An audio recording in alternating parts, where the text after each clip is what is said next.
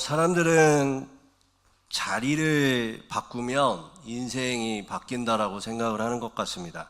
더 좋은 자리, 그 다음에 더 높은 자리, 더 안정된 자리를 향해 끊임없이 움직이고 그 자리가 나를 대변하고 행복을 준다라고 생각을 하는 것 같습니다. 그래서 예전에 한번 말씀드렸지만 어느 연예인이 물 하나를 생각을 해도 이 물이 어디에 있느냐에 따라 값어치가 달라진다라는 이야기를 했다라고 말씀을 드렸습니다. 그러니까 예를 들면 그 제주도에 있을 때 그 삼다수 물 있잖아요. 그 제주도에 있을 때 물의 가격과 그 다음에 육지에 나왔을 때의 가격과 그 다음에 편의점에 있을 때의 가격과 그냥 마트 같은 데에 있을 때의 가격이 다 다릅니다. 그래서 그 연예인이 말했던 것처럼 어느 장소에 있느냐에 따라 사람은 달라진다라고 이야기하는데 어느 정도는 일리가 있는 것 같습니다. 성경도 하나님의 사람을 더 좋은 자리로 이끄시는 장면들이 있죠. 아브라함도 그랬고 이삭을 그랬고 또 이스마엘도 그랬고 다 하나님은 좋은 자리로 이끄십니다. 그런데 성경의 핵심, 그러니까 진리적 말씀으로 살펴보면 조금 다릅니다. 그러니까 더 좋은 자리로 옮기시지만 궁극적으로 하나님이 원하시는 건 뭐냐면 자리를 바꾸시는 거예요. 자리를 바꾸시는 겁니다. 그러니까 뭐 저주의 자리에서 축복의 자리로, 묶임의 자리에서 사함의 자리로, 죄인의 자리에서 은혜의 자리로 바꾸시기를 원하는 게 하나님의 본뜻입니다. 그러니까 오늘 9장 1절부터 13절을 읽어봐도요, 그게 나와요. 오늘 두 가지 이야기가 나오잖아요. 중풍병자 이야기가 나오고 하나는 어떠한 이야기냐면 마태를 부르시는 사건의 이야기예요. 근데 중풍병자의 자리는 어떠한 자리였죠? 질병으로 묶였죠. 아픔의 자리였죠. 고통의 자리였죠. 그런데 무슨 자리로 바꾸시죠? 치유도 있는데 사함의 자리로 바뀌어요. 그러니까 죄를 용서해 주시고 질병을 용서해 주시고 사함의 자리로 바꾸시는 것들을 볼 수가 있어요. 그리고 또 마태를 부르실 때 마태는 어떠한 사람이었을까요? 죄인이었잖아요. 죄인의 자리였지만 예수님이 부르셔요. 그리고 무슨 자리로 바꾸셨을까요? 은혜의 자리로 바꾸셔요. 특별히 그 마태를 부르시고 그 마태의 집에 많은 사람들이 모여서 나눔의 자리로 바꾸시기도 하고 또 한 가지는 제자의 자리로 바꾸시기도 하죠. 네, 여러분 잘 생각해 보면 우리는 우리의 자리가 나를 반영한다라고 생각을 해요. 나를 반영한다고 생각하지만 하나님은 그렇게 말씀하시지 않아요. 자리를 바꾸시고 그 바꾼 자리로 나의 정체성을 삼아주시는 경우가 참 많이 있다라는 것을 우리가 좀 볼 수가 있습니다. 우리도 마찬가지지 않을까요? 우리의 삶의 자리는 어떠한 자리세요? 실패와 절망과 아픔과 좌절과 고통의 자리이세요? 그런데 그 자리에 누가 들어가시면, 예수님이 들어가시면 그 자리가 어떻게 될까요? 바뀌어요. 중풍병자가 나음을 입었던 자리로 바뀌었던 것처럼 마태가 제자의 자리로 바뀌었던 것처럼 우리도 우리의 자리가 예수님이 임하시면 자리가 바뀌는 줄 믿습니다. 여러분 잘 생각해 보세요. 예수님이 탄생한 자리가 어디였죠? 구유잖아요. 구유인데 구유가 어떤 곳일까요? 짐승의 먹이통에 불과한 냄새나고 아주 비천한 자리죠. 근데 누가 나타났을 때? 예수님이 나타났을 때 그 구유는 온 인류를 구원하는 생명과 소망의 자리로 바뀌잖아요. 저희가 연극할 때 이 구유 만들기가 어렵잖아요. 그 구유가 어떤 구유인지도 모르겠지만 재밌는 건 그 구유가 늘 일상 성탄절이나 아니면 예수님의 탄생을 이야기할 때 나오잖아요. 여러분 한번 십자가를 한번 생각해 보세요. 가장 끔찍한 수치와 고통과 저주의 사형틀이었죠. 죽음의 장소였습니다. 근데 그 안에 예수 그리스도가 달릴 때 어떠한 자리로 바뀌었을까요? 죄를 씻어주시고 구원의 자리, 영광의 자리로 바꿔주셨다라는 거죠. 우리도 마찬가지입니다. 예수님이 우리 가운데 오셔서 여러분이 어떠한 자리에 있는지 모르겠지만 그 자리를 바꿔주시기를 원하세요. 그래서 우리는 꼭 기억하셔야 됩니다. 내 자리가 내가 아니라 하나님이 그 가운데에서 일하시는 자리가 내 자리임을 기억해야 됩니다. 그러면 한 가지, 어떻게 바꾸실까요? 하나님은 우리의 자리를 어떻게 바꾸실까요? 성경은 이거에 대해서 아주 일괄적으로 창세기서부터 하나의 맥으로 우리에게 말하는 게 있어요. 하나님은 자리를 어떻게 바꾸시는가? 하나님이 직접 바꾸실까요? 그렇진 않습니다. 직접 바꾸시지는 않고 어떻게 바꾸시냐면 사람을 통해 자리를 바꾸세요. 사람을 통해 자리를 바꾸십니다. 아브라함을 부르시고 아브라함을 통해서 이스라엘 민족을 바꾸셨죠. 자리를 바꾸셨어요. 모세를 통해서 출애굽의 역사의 자리를 바꾸시고 다윗을 통해 왕국의 자리를 바꾸시고 마태를 오늘 부르셔서 제자의 부르심으로 말미암아 그 죽음의 자리가 하나님 앞에 새롭게 되어지는 것들을 볼 수가 있습니다. 그러니까 다시 말씀드리면 세상은 자리가 사람을 변화시키잖아요. 그런데 하나님은 사람을 부르셔서 사람을 변화시키시면서 자리를 변화시킨다라는 것들을 기억하셔야 됩니다. 하나님은 그러면 어떤 사람을 부르실까요? 어떤 사람을 부르실 것 같습니까? 준비된 사람, 능력 있는 사람, 당연히 부르시죠. 당연히 그런 사람들을 부르세요. 준비된 사람, 능력 있는 사람을 부르십니다. 그런데 오늘 성경에 보면 그런 사람도 부르시지만 또한 부류의 사람들을 부르시는 것들을 볼 수 있어요. 그러니까 오히려 이게 성경적 하나님의 사람을 부르시는 방법일 수도 있다는 생각이 듭니다. 어떠한 거냐면 하나님은 먼저 사람을 부르세요. 그러니까 준비되거나 능력 있는 사람이나 완성된 사람을 부르는 것보다 일단 부르세요. 부르시고 그 다음에 준비시키세요. 잘 한번 생각해 보세요.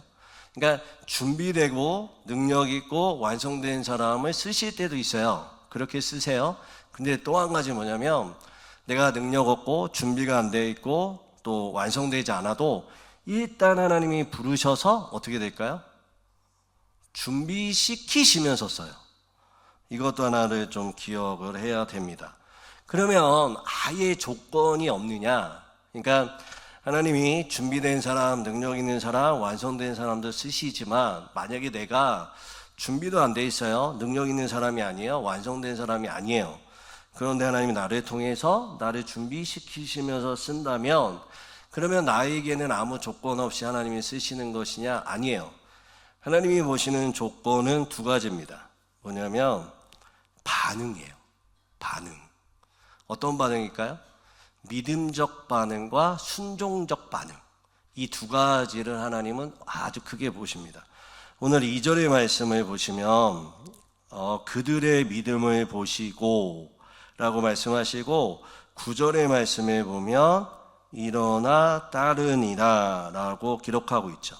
그러니까 하나님이 쓰시는 사람들은 하나님께 반응하는 사람들인데 어떠한 반응일까요? 믿음의 반응, 순종의 반응하는 사람들을 하나님은 쓰시는데 그 사람들을 준비시키시고 능력 주시고 그리고 하나님이 그 사람들과 함께 하심으로 하나님이 그 사람들을 통해서 일하게끔 하신다라는 것들을 우리가 기억하셔야 됩니다. 아멘. 여러분, 우리의 자리, 가정, 또 사업장, 공동체가 어떠한 자리인지 모르지만 하나님은 사람을 통해서 쓰십니다. 근데 중요한 게 뭐냐면 그 한 사람이 누구일까요? 나라는 사실을 기억하셔야 됩니다. 여러분, 하나님은 나를 부르셨어요. 이 공동체에 나를 통해서 일하기 원하시고 우리의 가정에 나를 통해서 일하시기 원하고 나의 일터에서 나를 통해서 일하시기를 원하세요. 게다가 나를 통해서 그 일자리가 은혜의 자리, 행복의 자리, 하나님의 자리, 능력의 자리가 되기를 원하신다라는 거죠. 내가 준비되지 않아도 하나님은 나를 준비시키시면서 쓰세요. 그러나 내가 해야 되는 건 뭘까요? 믿음적 반응과 순종적 반응으로 하나님 앞에 나갈 때 하나님은 그 반응을 통해서 쓰신다라는 것들을 꼭 기억하시기를 주님의 이름으로 축원드립니다. 여러분, 저에게는 영적 아버지가 있어요. 늘 말씀드렸지만 저는 그냥 평생 이 이야기를 할 거예요. 저에게는 영적 아버지가 고은 목사님이에요. 안산제 잘 이쪽 이제 경북이나 경남 쪽에서는 잘 모르시는데 전라도 이쪽에서는 고은 목사님이 좀 이렇게 유명하시죠. 근데 저는 고은 목사님이 영적 아버지입니다. 저 안수할 때, 목사 안수할 때 안수해 주셨죠. 그 다음에 그 교회에서 부목사로 고은 목사님하고 8년 있었죠. 결혼 주례해 주셨죠. 그 다음에 저희 딸 유아세례 해줬죠. 그리고 저희 딸 이름을 외우셨죠. 그리고 늘 칭찬해 주시고, 또 제가 사실 이렇게 목회할 때 누구를 지금 따라하고 있냐면 고은 목사님 따라하고 있어요. 고은 목사님을 따라하고 있습니다. 고은 목사님이 하셨던 거, 저하고는 전혀 다른 성향의 목사님인데 제가 저를 죽이고 목사님이 하셨던 일들, 말씀하셨던 것, 그 목회의 길을 가고 있습니다. 근데 재밌는 게 뭐냐면 그 고은 목사님이 영적 엄마가 있어요. 그 영적 엄마가 누군지 아세요? 그 어머니를 말씀을 드릴게요. 우리나라의 전라남도 신안군에 가면 증도라는 섬 아세요? 예, 증도라는 섬이 있습니다. 이 이야기는 아마 많은 목사님들이 예화로 쓰셨을 텐데, 거기 증도는 복음률이 몇 %일까요? 예, 거의 90% 이상입니다. 우상을 많이 섬겼고 점집도 많았어요. 술집도 많았던 지역인데, 신기한 게 한 여인을 통해서 미신과 우상 숭배와 또한 여러 가지 술집이 다 사라집니다. 그게 누구였을까요? 여러분이 잘 아는 문중경 전도사님이에요. 근데 이 전도사님이 처음부터 그렇게 하나님의 은혜의 자리, 또 사명의 자리를 감당했던 분이 아닙니다. 이분은 어떠한 분이었을까요? 17살 때 결혼했지만 아이를 낳지 못해서 쫓겨났죠. 남편한테 버림받고 그 가정에서 버림을 받았어요. 그리고 나서 목포로 갑니다. 목포에 가서 누구를 만났을까요? 예수님을 만나게 되죠. 그리고 그 예수님의 사랑이 너무나 감격해서 다시 증도로 들어갑니다. 그리고 이분의 큰 간증이 있잖아요. 1년에 고무신이 9켤레가 헐동안 사람들의 찾아다니고 그 다음에 복음을 전했죠. 자기에게 손가락질 했던 그 사람에게 가서 품어준 거예요. 그리고 엄마가 되어주고, 그리고 그 가운데에 전염병에 걸린 사람들 고름을 입으로 빼주면서 예수를 전하고 결국에는 6.25 때 순교를 하십니다. 놀라운 게 이분을 통해서 수많은 사람들이 예수님에게 돌아오고, 이분이 개척한 교회가 몇 개일까요? 100개예요. 제가 조사한 결과로는 100개입니다. 그 가운데 이분이 전도한 분들 중에 목사님들이 엄청나게 많이 나왔습니다. 우리가 잘 알고 있는 CCC의 김중근 목사님도 이분이 전한 복음의 뿌리에서 예수를 믿게 된 목사님이고, 수많은 목사님들, 특히 제가 영적 아비라고 말씀드렸던 고은 목사님이 이분을 통해서 예수를 영접하게 됩니다. 이분이 뿌려놓은 복음의 씨앗을. 그래서 고은 목사님이 영적 어머니 문 전도사님을 기리면서 시를 쓰셨어요. 짧은 시인데 한번 제가 읽어드릴게요. 저들이 울면 당신은 눈물이 되어 흐르고, 저들이 헐벗으면 당신은 한 벌 옷이 되어 입히고, 저들이 배고프면 당신은 밥이 되는 바보 목자, 저들이 병들면 당신은 몸으로 약이 되신 성녀여 라는 시가 있습니다. 여러분, 물리적인 섬의 위치는 변하지 않았어요. 지금도 작은 섬입니다. 그러나 여전히 바다 한가운데 있는 작은 섬이지만 절망의 자리, 미신이 가득한 자리, 저주의 자리, 죄인들의 자리에서 한 사람을 통해 하나님의 놀라운 역사가 축복의 땅, 생명의 땅, 하나님의 소망의 땅으로 만든 줄 믿습니다. 여러분, 하나님이 여러분을 이렇게 부르신다고요. 이렇게 우리를 부르세요. 그래서 우리를 통해 진정한 우리의 자리를 변화시키기를 원하십니다. 여러분, 그러면 예수님이 우리 가운데 우리를 부르셨어요. 그리고 이제는 우리를 통해서 자리를 변화시키기 위해서 우리를 어떻게 준비시키실까요? 그리고 우리에게 무엇을 원하실까요? 두 가지가 있습니다. 두 가지가 있는데, 첫 번째는 훈련시키시는 게 뭐냐면 정체성이에요. 제가 이제 마태복음에서 계속 말씀드리지만 정체성에 대한 이야기들을 이야기합니다. 잘 보세요. 오늘 2절의 말씀을 한번 볼게요. 2절의 말씀 같이 한번 읽어볼까요? 2절 같이 한번 읽어보겠습니다. 2절입니다. 시작. 침상에 누운 중풍병자를 사람을 데리고 오거늘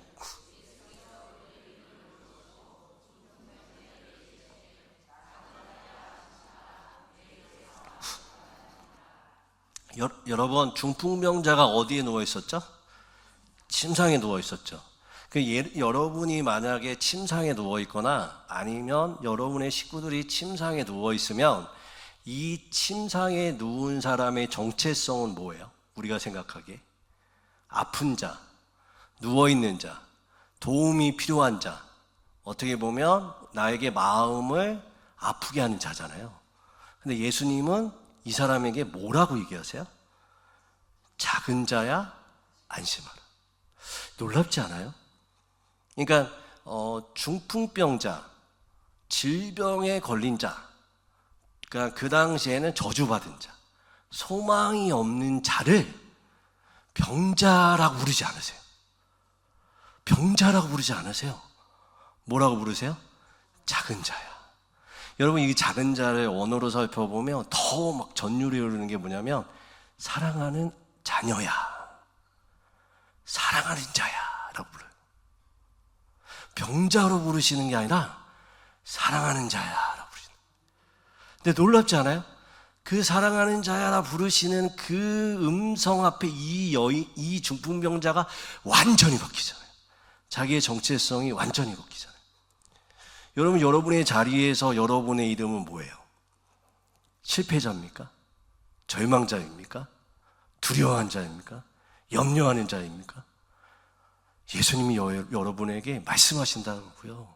사랑하는 아들아, 사랑하는 딸아, 너는 소망하는 자다, 기뻐하는 자다, 너는 어떤 자다? 내 사랑을 입은 자다라고 말씀하신다고. 여러분이 여러분의 환경과 자리와 공간의 이름을 여러분이라고 생각하시면 안 돼요. 오늘 부르시잖아요. 예수님의 이 선언이 여러분의 정체성이에요. 여러분에게 말씀하시는 그 부르심, 그것이 여러분의 정체성이에요. 이거를 먼저 알기를 원하세요. 이거를 알아야 실질적으로 우리의 삶 가운데 하나님의 자리와 또 하나님의 역사와 일들을 감당할 수가 있습니다. 여러분, 우리가 믿어야 하는 건 뭐냐면 내 감정과 내 환경과 내 상황을 믿는 게 아니에요. 여러분, 예수를 믿는다라는 건 예수의 존재도 믿지만 예수님이 우리에게 행하신 것들을 믿는 거예요. 여러분, 우리의 믿음이라는 건 환경이 또한 우리가 가진 것이 없더라도 그것을 넘어서는 거잖아요. 그러니까 나는 내 인생 가운데 많은 수많은 경험 속에 나라는 것들, 나라는 존재를 중풍병자와 같이 제한한다고요. 그런데 예수님이 뭐라고 얘기해요? 너는 의로운 자다라고 말을 해요. 여러분 생각을 해보세요. 여러분이 의로운 자예요? 그렇게 안 느끼잖아요. 그러니까 이걸 믿으라고. 그러니까 나는 죄인이 아니라 예수가 나를 뭘로 만들었죠? 의인으로 만들었잖아요. 믿어져요? 안 믿어지지만 이 중풍병자 잘 보세요. 안심하라, 작은 자야 안심하라, 내 제사함을 받았느니라 라고 할 때까지 병이 나았을까요? 안 나았을까요? 안 나았어요. 그러나 그 가운데 정체성이 들어가고 그리고 그 가운데에 예수의 정체성을 붙들고 나아갈 때 역사가 일어난다고요. 여러분, 우리는 끊임없이 내 정체성을 내 느낌, 내 경험, 내 살아온 삶의 흔적으로 나를 제한해 버려요. 아니에요. 그게 아니에요. 나는 누구다? 하나님의 의로움을 입은 자다. 나는 하나님의 자녀다. 나는 하나님의 딸이다. 여기부터 출발하셔야 돼요. 이거를 믿으셔야 돼요. 이거를 붙드셔야 돼요. 여러분, 치료를 받을 때 제가 이제 치료하시는 분들한테 물어봤어요. 그게 참 어렵다. 어떻게 그렇게 하나님이 낳은 줄, 또 하나님이 그렇게 한 줄 믿느냐? 그랬더니 그분들이 하는 말이 이 원리랑 똑같더라고요. 뭐냐면 현실은 아파. 근데 하나님 말씀하셨죠. 그러면 내가 이 말씀을 나에게 담는 거예요. 그러니까 현실은 아프죠. 현실은 병에 있죠. 그런데 예수님이 고쳐주신다는 말씀을 잡았잖아요. 들었잖아요. 나한테 주어졌잖아요. 그러면 나는 이제 선택하는 거예요. 뭘 잡아야 될까요? 아픈 느낌이 아니라 말씀을 붙들고 믿음대로 행해 볼 때 역사가 일어나는 거예요. 아멘. 정체성도 마찬가지인 거예요. 여러분은 누구다? 나는 하나님의 자녀다. 근데 나는 자꾸 안 되고 못하고 실패하고 사람들한테 그렇게 여러 가지 순멸과 멸시와 여러 가지를 당해도 상관없어요. 나는 뭐다? 나는 하나님의 자녀다. 이걸 먼저 붙잡으셔야 돼요. 오늘 9절 한번 읽어볼게요. 9절도 마찬가지죠. 똑같죠. 9절 한번 같이 한번 읽어보겠습니다. 9절 읽어보겠습니다. 시작.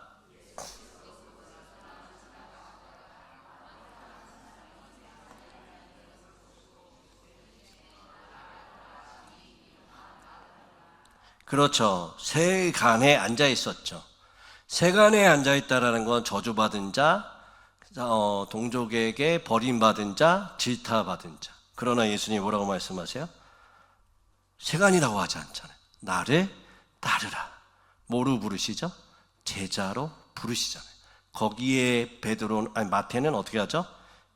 합당하게 그것들을 응한 것, 그것이 믿음인 거죠. 여러분, 우리 가운데 우리를 부르셨어요. 그러면 어떻게 준비해야 될까요? 내가 누구인지를 알아야 됩니다.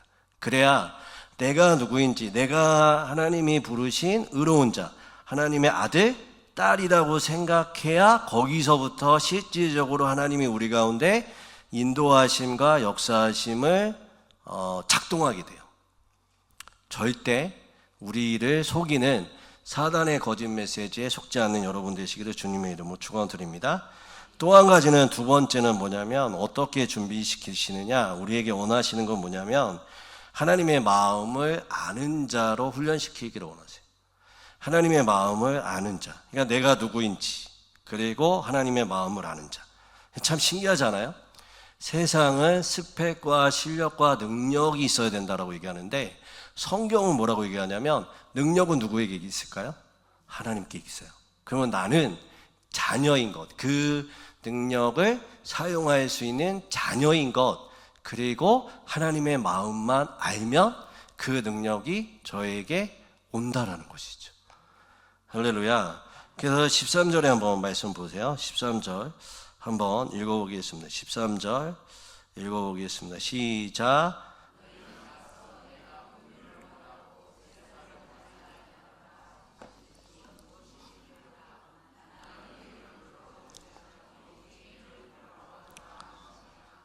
성전에 앉아 있었던 바리새인들은요, 종교적 능력과 지식은 있었지만 정작 한 영혼을 향해 찢어지는, 애끓는 하나님의 긍휼의 마음은 없었던 거예요. 그래서 실질적으로 하나님이 우리에게 원하시는 건 어떠한 마음이다? 하나님의 마음을 알기를 원하세요. 이 두 가지를 우리에게 훈련시키십니다. 말씀을 좀 정리해 볼까요? 하나님은 우리의 자리를 바꾸시기를 원하세요. 저주와 고통과 절망에서 소망과 기쁨과 행복과 하나님의 나라로 바꾸시기를 원하십니다. 어떻게 바꾸실까요? 사람을 통해서, 나를 통해서 쓰시기를 원하세요. 나를 통해서 변화시키기를 원하세요. 근데 나는 하나님 앞에 어떠한 반응으로 나가야 될까요? 믿음과 순종의 반응으로 나가면 돼요. 그럴 때 우리를 어떻게 변화시키실까요? 우리에게 정체성을 심어주세요. 끊임없이 정체성을 말씀하세요. 너는 내 아들이다, 너는 내 딸이다. 이 정체성을 믿음과 순종 안에 붙들어야 돼요. 그리고 나서 우리 가운데 무엇을 구해야 될까요? 하나님의 마음을 구해야 돼요. 왜냐하면 하나님도 하나님의 마음을 우리에게 부어주시기를 원하세요. 그래서 하나님의 마음을 가지고 우리가 기도하고 예배하고 또한 말씀 보고 나갈 때 어떠한 역사가 일어날까요? 그 땅은 변해요. 변합니다. 변할 수밖에 없어요. 여러분 예를 들어 볼까요? 어떤 집사님 권사님들이 그 믿지 않는 남편을 위해서 기도 제목을 저한테 줄 때가 있어요. 그러면 저는 그분의 신앙이 조금 성숙하면 대놓고 얘기해요. 이 집에 남편에 대한 생각을, 그러니까 이 집에 하나님이 주목하는 사람은 누구일까요? 물어봐요. 권사님하고 집사님한테. 그러면 이 집사님, 권사님은 끊임없이 생각하는 게 뭐냐면 남편이 믿어야 된다는 거예요. 자녀가 믿어야 된다는 거예요. 근데 제가 보기에는 이 집사님과 권사님에게 집중하고 있어요, 하나님은. 그래서 이 집사님과 권사님이 그 슬픔과 아픔에 잠식되지 않고 하나님이 주신 은혜를 누리면서 하나님의 남편과 자녀에 대한 마음을 가지고 기도하며 열릴 것 같다는 생각이 드는 거예요. 근데 놀랍게요, 그 얘기하면 하나같이 오열해요. 왜냐하면 그때 하나님이 나를 주목하고 나를 사랑하시고 나에게 무엇인가 주기 원하신다는 걸 그때 느끼는 거예요.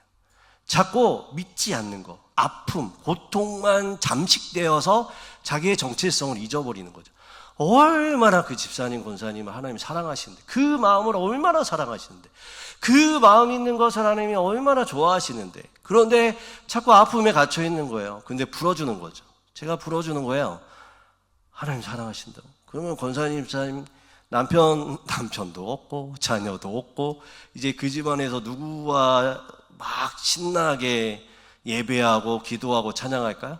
하나님과. 그 이후에 신방 가면 막 날아요. 목사님 너무 좋다고. 믿지 않는 거, 남편 여러 가지 문제는 있지만 아직 마음의 기도는 있지만 이곳이 천국이었네요 라고 말하죠. 그리고 그 가운데 남편에 대한 마음, 아들에 대한 마음, 딸에 대한 마음 하나님 주시면 그것도 기도할 때 어떻게 될까요? 풀어지고 회복되어지죠. 할렐루야.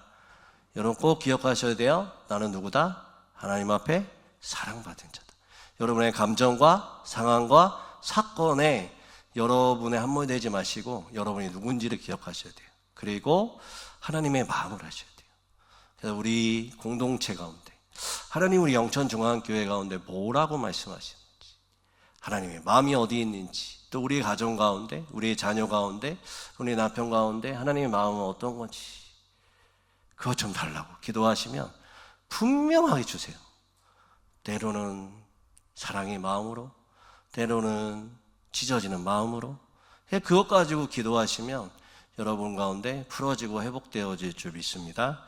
우리 귀한 성도님들 한 분 한 분 되시기를 주님의 이름으로 축원드립니다.